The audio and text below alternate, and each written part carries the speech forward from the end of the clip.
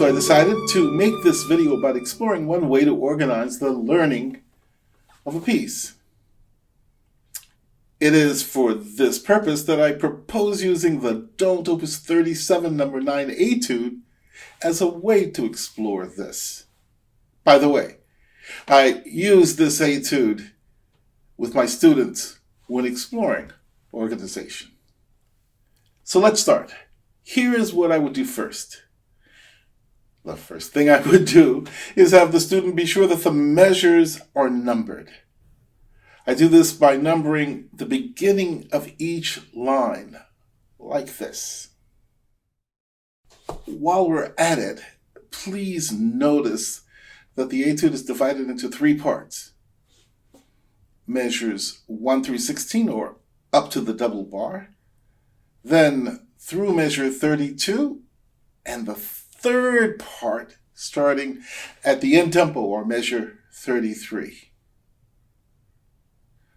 Understanding the form of a piece can be very helpful when one is making a strategy to learn it.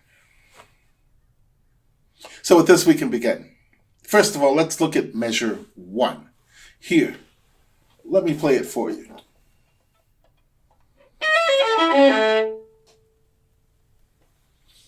Now, the first thing I want you to do is to see if there are other measures exactly like that one. Let's see. There's measure 3, 11, 33, 35, and 43. So that's 6 measures in all. But what exactly does that mean? Why might it be important? Well, I mean, if I practice the first measure, haven't I practiced the other 5 as well? I mean, they all are. Okay, so because that's true, then I don't need to practice the other 5 measures. You see, this is definitely time gained. So with this in mind, let's keep moving forward. For example, if I look at the pattern of the first measure, it makes half step, whole step between,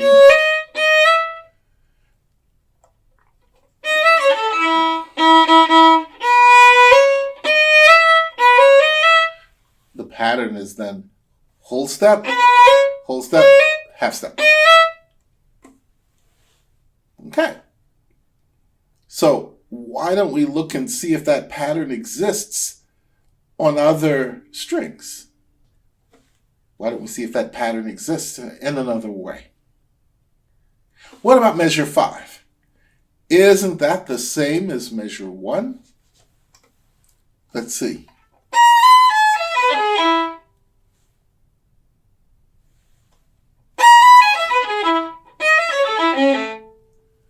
Well, it's exactly the same, except it starts with an A sharp on the E string. Now let's see if that measure is repeated in the etude. So what do you know? It is in measures 13, 25, 27, and 37. So you see, if I practice any one of these measures,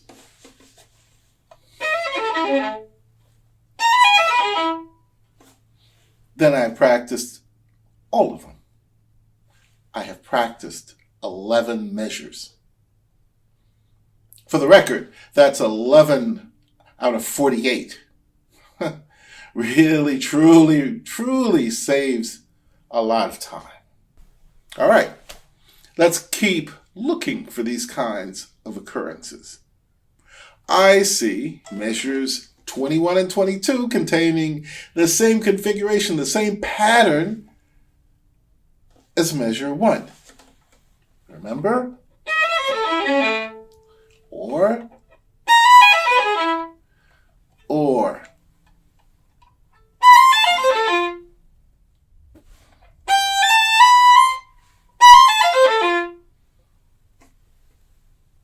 Do you see what I mean? Moving forward, what about measure 2? How many times does it occur?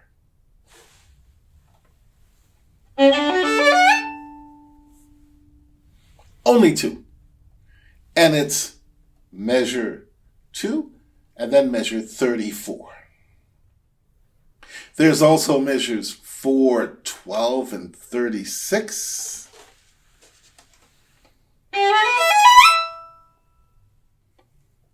And 9, 28, and 41. And so if my math is right, we've learned 20 measures of the etude, reducing the measures we need to learn to 28. I think the amount of time that has just been saved by organizing like this is considerable. And this reduction in time will now allow you to truly go deeper into the learning of those measures, to truly, really observe and get a better, deeper understanding about things like how your elbow is moving on the left side. You see? It goes from here to there, from here to there, here to there. So here to there. Or what is the weight of our left hand fingers? The weight into the string. What's the trajectory?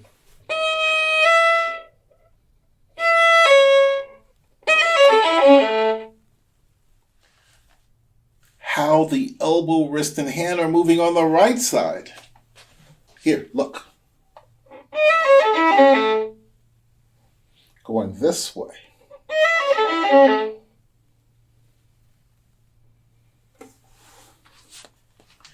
Going this deeply into our mechanics will truly help us later when we run across similar mechanical challenges in the pieces that we play, as we will have understood better the process needed to work on the problem presented. So are you getting how this could help in the organization of learning a new etude? Learning a new piece? How this could help build a strategy? Okay, let me go just a bit further. I mean, you could do one of the measures related to measure 1 for 3 minutes. You could do one of the measures related to measure 2 for 3 minutes. You could do one of the measures related to measure 4 for 3 minutes. You could do one of the measures related to number 9 for 3 minutes. And there you have it. Effectively, you've practiced efficiently for 12 minutes. You could then add in 3 per day of the other measures found in the A section. For example, measures 6, 7, and 8, or 10, 14, and 15 for 3 minutes each, totaling 9 minutes. Adding measures found in the B section for 10 minutes, the same way. Those measures being 17, 18, 23, 24, 26, 29, 30. Doing the same for 9 minutes. Adding measures found in the repeat A section for 5 minutes. Those measures being 44, 45, 46, and 47 by sets of 2 for 3 minutes, each totaling 6 minutes. And there you have it. With that, we've covered the piece. In this case, the etude, having worked 36 minutes per day. Okay, cool. So take a break. And then you've got 20 minutes or so to organize your playthroughs. So are you seeing how this idea could serve as a wonderful model? In fact, this is what I did, and I wrote it down, as it was very easy for me to find a way to procrastinate. Using this model, you will have technically laid out a blueprint for a strategy of a 50 to 60 minute routine. Do note that the numbers I've used about 4 minutes are fictive, as you would need to figure out for yourself where your real needs were and appropriate your time accordingly. But all that being said, it is a strategy.